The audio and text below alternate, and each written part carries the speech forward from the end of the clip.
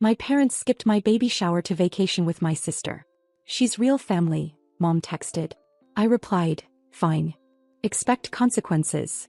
That afternoon she tried pulling $2,400 from my account. I closed every card she had access to. 2 hours later she called me nonstop, but it was too late. I did more. I was folding tiny onesies on the couch when the text came in. I almost didn't check it. I was in a good mood. Tired, achy, 34 weeks pregnant, but genuinely happy. The baby shower was that afternoon. My best friend, my husband's mom, and my 2 aunts had planned every detail. Pink and gold balloons, a surprise cake shaped like a teddy bear, even a photo wall with our last names spelled out in fresh flowers. My husband was in the kitchen, humming while arranging a tray of mini quiches and deviled eggs. He had even ironed his shirt that morning. That's how seriously we were taking it. It wasn't just a party. It felt like a rite of passage, a marker that said, you're about to become parents. People were flying in, sending gifts, offering help. Except, of course, my parents. I checked my phone only because I heard the buzz. I wasn't expecting anything unusual, maybe a last-minute congrats or a do you need anything from my mom. Instead I saw this. Well, we won't make it. Your sister booked a surprise trip to Napa. You know how she gets when she wants something. She's real family. Don't guilt me. I read it twice. Then I read it again. Real family. That one sentence hit harder than anything I'd expected. I had been quietly holding on to hope they'd show up at the last minute. That they'd surprise me, hug me, maybe even cry a little. But instead they packed bags with my sister and went wine tasting like this wasn't one of the biggest days of my life. And then that sentence, she's real family. I didn't say anything to my husband at first. I just put the phone down and kept folding the onesies. A minute later I picked it back up and texted back. Fine. Expect consequences. I didn't tell anyone at the shower. People were walking through the door with gifts and warm hugs. My husband's mom brought an extra cake shaped like a baby bassinet. My husband's dad set up a camera to record everything so we could watch it later when the baby was born. Everyone was so present, so generous. Except my side. They didn't even send a card. Then, in the middle of the shower, right after my husband's grandmother gave us a handmade quilt with the baby's initials embroidered on it, I got a fraud alert from my bank. There had been an attempt to pull $2,400 from my checking account. At first I panicked. I thought my account had been hacked. I walked quietly into the guest bathroom and opened my banking app. But it wasn't fraud. It was my mom. She had used one of the credit cards I'd forgotten she still had access to. A card I hadn't touched in months. Here's maybe. She didn't try just once, she tried 3 times. On 3 separate cards. One of them was connected to my husband's joint account. That's when the calm inside me cracked. She had tried to rob me. During my baby shower. On the very same day she ditched me for wine country with my sister. I didn't cry. I didn't get emotional. I got quiet. I locked every account. Cancelled every card. Changed every password. Closed every leak she had access to, ones I had left open because I was still trying to be a good daughter.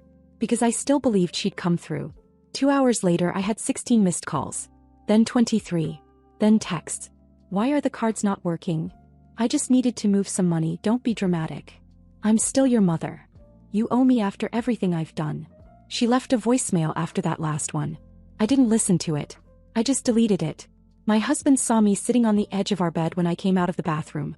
He didn't ask questions. He had that look he gets when he's already figured something out. When I told him, he didn't say anything for a second. Then he said it. Let's shut them down completely. And we did. But that was just the beginning. What came next they didn't expect. By the next morning I had 37 missed calls. 9 voicemails.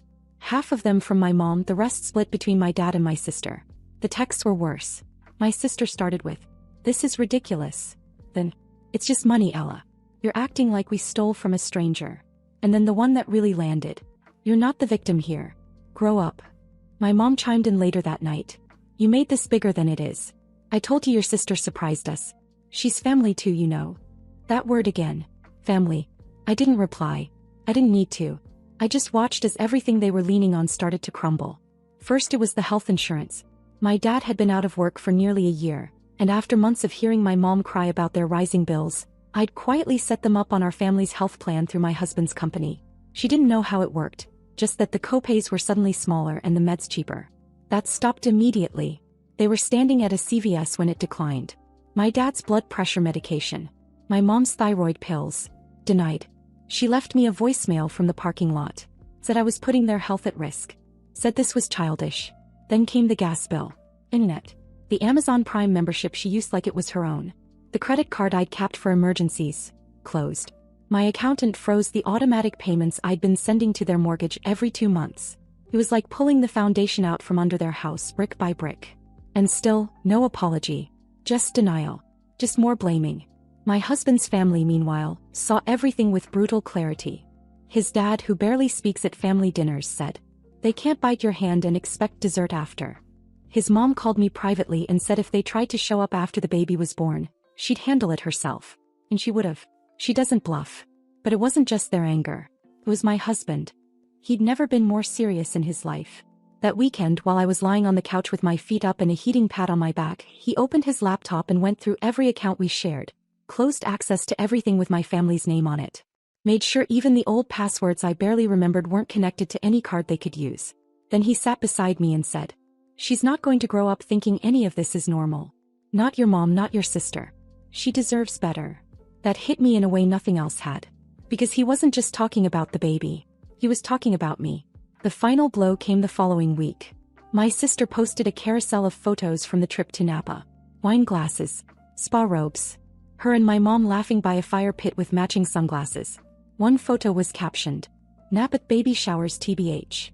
And underneath it my mom had commented, "Best decision we ever made." I stared at that comment for a long time. I screenshotted it. Sent it to my husband. No words. Just the image. He replied, "Let's pull the retirement contributions too." I didn't even ask. Just nodded. We'd been sending money into their joint IRA every month. Quietly. An arrangement we never talked about out loud. My mom used to say it was just until things settle. Things had never settled. But that was over now. 3 weeks passed. Then my dad called. Not to apologize. Not to make amends. But because the checks had stopped. He didn't even try to hide it. He said, "We noticed the account's empty. There must be a mistake." I didn't answer. But he didn't give up. He called my husband. That was his mistake. I only heard my husband's side from the other room. Short sentences. Then this. "Don't ever put my wife in this position again. You made your choice. Live with it." Then he hung up. The silence that followed was strange. At first it felt like peace. But it didn't last. Because when their money ran out, they did something I still can't believe. Something they thought would bring everything back to normal. Instead, they humiliated themselves.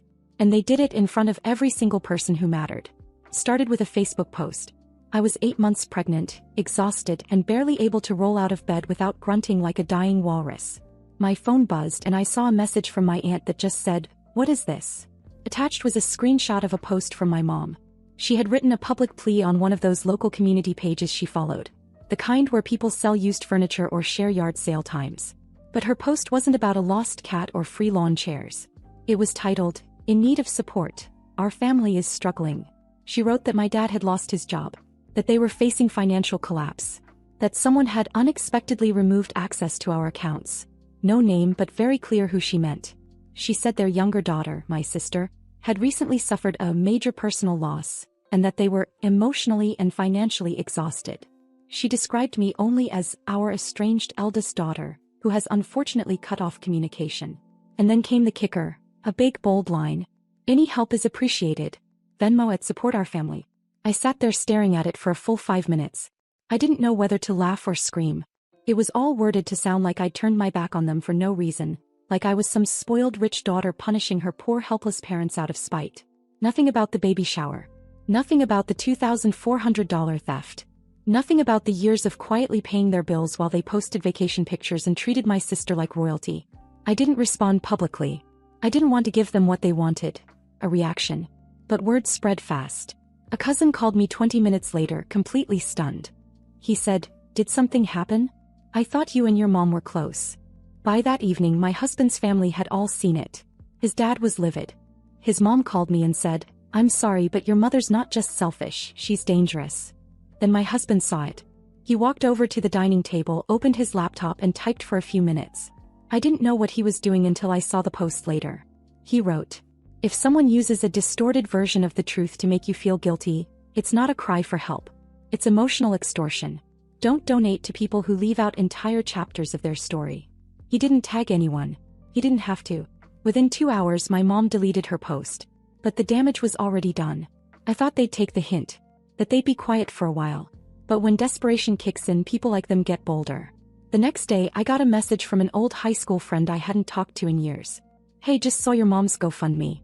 Everything okay?" I nearly dropped my phone. Yep. She'd created a full-blown GoFundMe campaign.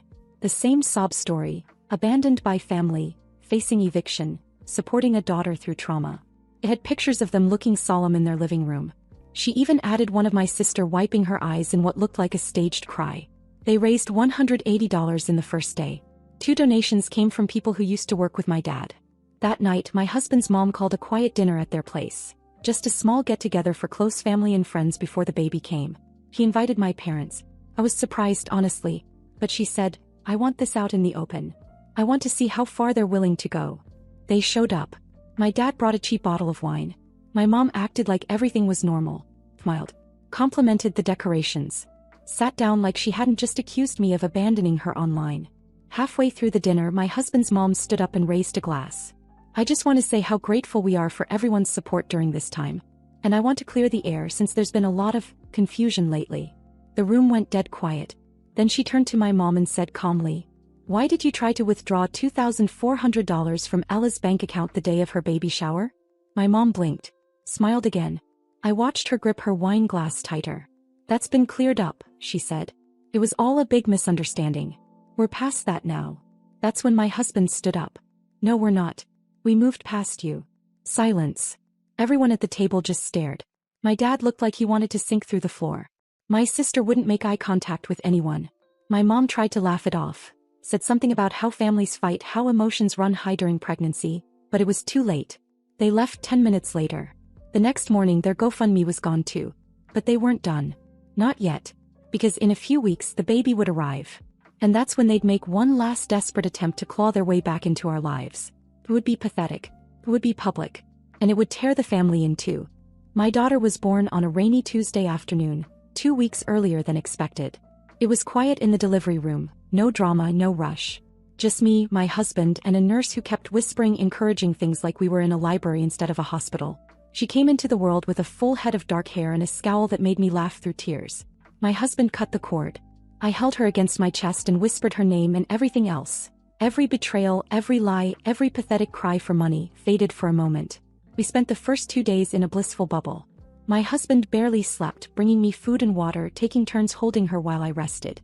His parents came by that evening. His mom cried holding her. His dad, who rarely said more than a sentence, whispered, "She's perfect." I waited to hear from my parents. Nothing. Not a single text. No call. No flowers. No cheap gift dropped off at the nurse's station. 3 days later we were home, and that's when it started. My sister posted a photo of herself holding a glass of champagne with the caption, "Some people pop bottles. Some pop out babies. Guess who's doing better?" My husband saw it before I did. He showed it to me with this look that was part disgust, part pity. I didn't say anything. I was tired. Hormonal. Trying to breastfeed and failing. My body still ached. But the real hit came later that afternoon. There was a knock at the door. I thought it was a delivery. My husband opened it and froze. My parents were standing on the porch. I was in the living room holding our daughter. My husband didn't say a word, just stepped outside and shut the door behind him. I couldn't hear everything, but I caught a few phrases. "We just want to see her. You can't keep her from us. This is cruel." He told them to leave. "Not tomorrow. Not after a conversation. Right now." My mom's voice rose. I heard her say my name like she was calling a dog. That's when my husband opened the door again and called to me. "Do you want to deal with this, or should I?" I stood up, walked over and said, "No." They tried to lean past him to get a glimpse of the baby. I turned and walked away. They stood on our porch for another minute, then finally left. My husband stood at the window watching until they drove off. Later that evening my sister posted another photo. A blurry zoom-in of our house taken from their car window. Guess who doesn't let her own parents meet their granddaughter? That's when everything cracked wide open. An ad commented, "You weren't even at her baby shower. You've got some nerve." Another wrote, "Didn't y'all just ask for donations last month?" People started messaging me privately, sending screenshots. I got a call from a second cousin I hadn't spoken to in years, asking what was really going on. That weekend, my husband's parents invited a few family members over to meet the baby. My parents weren't invited. Neither was my sister. But someone, and we still don't know who, told them. They showed up halfway through the gathering. Dressed up. Hair done. Carrying a gift bag like that would fix anything. My husband opened the door, looked them up and down and said, "Turn around. You weren't invited." They pushed past him. I heard my mom's voice before I saw her. "There's no law that says we can't see our own granddaughter." That's when his mom stepped in. She walked straight up to them, blocked the hallway and said, in the most even, casual voice, "You had every chance to be part of her life. You chose wine and money instead. Get out of this house." For the first time in my life I saw my mother speechless. They left. Only this time they didn't just leave our home. They left behind what little dignity they had left. They were officially cut off. Not just from us but from the rest of the family. People chose sides. And almost no one chose them. But what I didn't expect was what happened a month later. They came back. Not to our door, not with another stunt. But with something that shook everything, including my resolve. It started with a letter. A plain white envelope in our mailbox with my name written in my mother's handwriting. The same one that used to scribble grocery lists and reminders on sticky notes when I was a kid. I recognized it instantly. My stomach turned the second I saw it. It had been a month since the scene at our house. Since they showed up uninvited, pushed past my husband and got thrown out by his mom in front of everyone. A month of total silence. No texts, no emails, not a single acknowledgement of their behavior. And now suddenly this letter. I let it sit on the kitchen counter for 3 days. My husband saw it and didn't say anything at first. The third night he asked quietly, "You opening that or should I throw it out?" I didn't answer. He didn't press. The next morning while he took the baby on her first stroller walk around the neighborhood, I finally opened it. It wasn't an apology. It was a guilt manifesto. She wrote that things had been overwhelming lately, that their financial situation was a result of stress and misunderstanding. She said she missed me and hoped I was doing well with the baby, like she didn't even want to use her name. She brought up old memories. My high school graduation, my college move-in day, like nostalgia was a glue strong enough to patch over everything they'd ripped apart. Then she dropped the line I'll never forget. "We're your parents. That means something even when you're angry." No mention of the baby shower. No mention of the stolen money. No responsibility. Just a vague sense of wounded pride dressed up like reconciliation. And at the bottom, taped to the paper like it was some kind of peace offering, was a photo of me as a toddler on my dad's shoulders. I just stared at it. I didn't cry. I didn't yell. I just felt blank. When my husband got home, he saw the open letter and didn't say a word. He just took the baby out of her stroller and walked into the nursery. A few minutes later he came back and asked me the same question. "So what are you going to do?" I said I didn't know. Because honestly I didn't. I wasn't angry anymore. Not in the way I had been. The rage had calcified into something colder, something harder to carry. But it also made me wonder. If they didn't feel remorse, what was I supposed to do with their silence, their fake regret, their performative sadness? The pressure started not long after. A cousin messaged me on Instagram and said, "Your mom showed me a photo of the baby. He's gorgeous. I'm glad you're reconnecting." I hadn't reconnected. A few days later I got a call from my aunt. She danced around the topic for 10 minutes and then said it outright. "They've been punished enough, Ella. Maybe it's time to let it go." My husband didn't know any of this at first. I kept it from him. But then I made the one mistake that opened everything back up.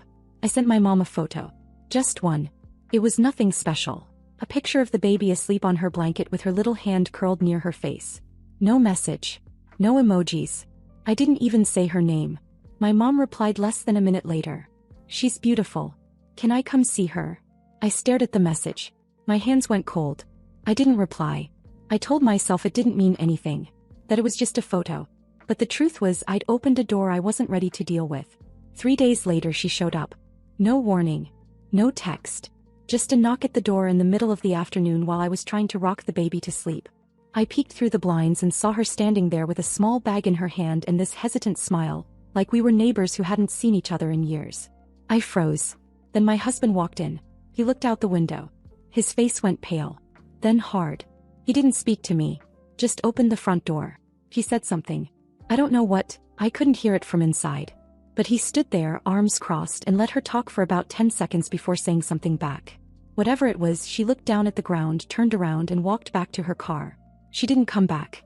That night, after we got the baby down, he sat on the edge of the bed and said, "I meant it, Ella. I love you more than anything, but I won't do this. I won't let her manipulate you. And I sure as hell won't let her near our daughter." I nodded. I told him I understood. But what I didn't say, what I couldn't say, was that I had already crossed a line. And once you cross it, there's no going back. The next time they came over, it wasn't unannounced. It was me who invited them. And it nearly broke everything. I don't even know why I did it. Maybe it was guilt. Maybe it was the silence after they left our porch the last time. Maybe it was watching my daughter sleep one night and wondering if she'd ask me one day why her grandparents were strangers. Or maybe I just wanted to believe there was still something worth saving. Whatever it was, I invited them over. I told my husband 2 days before. Just said it quietly while we were folding laundry. I asked them to come by. Just for a few minutes. To meet her. He didn't yell. He didn't even look at me. He just stopped folding, dropped the onesie he was holding and walked out of the room. That night he slept on the couch. He didn't say a word the next morning. He got up, fed the baby, took her for a walk, came home and kept going like I hadn't detonated something. When the day came, I regretted it the second I heard the knock on the door. My mom walked in with a soft smile, holding a small bag of baby clothes.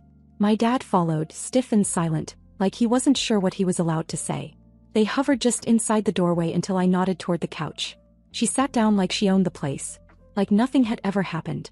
My dad stayed standing, awkward and weirdly quiet, like he was waiting for a cue to speak that never came. My daughter was sleeping in her bassinet. My mom looked at her and said, "She's beautiful. Looks like you when you were little." Then she added like it meant something, "I've missed you, Ella." I said nothing. The visit lasted 11 minutes. My husband came home during the 9th. Walked in, saw them, stopped. Then walked straight into the bedroom without looking at me. My mom glanced toward the hallway and whispered, "Still mad, huh?" That's when I told them it was time to go. She didn't argue. She stood up, handed me the bag and said, "Next time maybe we can hold her." I didn't promise anything. When they left, the silence in the house felt thick. My husband didn't come out of the bedroom until dinner. I found him sitting on the edge of the bed, staring at the wall. He looked up at me and for a second I thought he might cry. But he didn't. He just said one thing. "You lied to me." I tried to explain, said it wasn't a visit, just a moment, just a chance for them to see her with their own eyes. That it didn't mean anything. But to him it meant everything. The next day he packed a bag and took our daughter to his parents' house. Said he needed space. I didn't try to stop him. I knew better. His mom called me that night. Said she loved me but she didn't understand what I was doing. Said I had every right to forgive, but not to risk everything for people who didn't care if they burned me to the ground. A week passed. Then eventually he came home. But something between us had shifted. He slept in the guest room. Spoke to me like I was someone he used to know. He still loved me. I knew that. But trust? That was gone. And my parents? They never asked to come again. Never called. Never sent another letter. It was like that visit was enough to satisfy their ego. To say we still matter. I didn't let them back in. Not fully. Not ever. But the damage had already been done. Not by them this time, but by me. I chose them even for a moment. And it cost me something I'm still working to get back.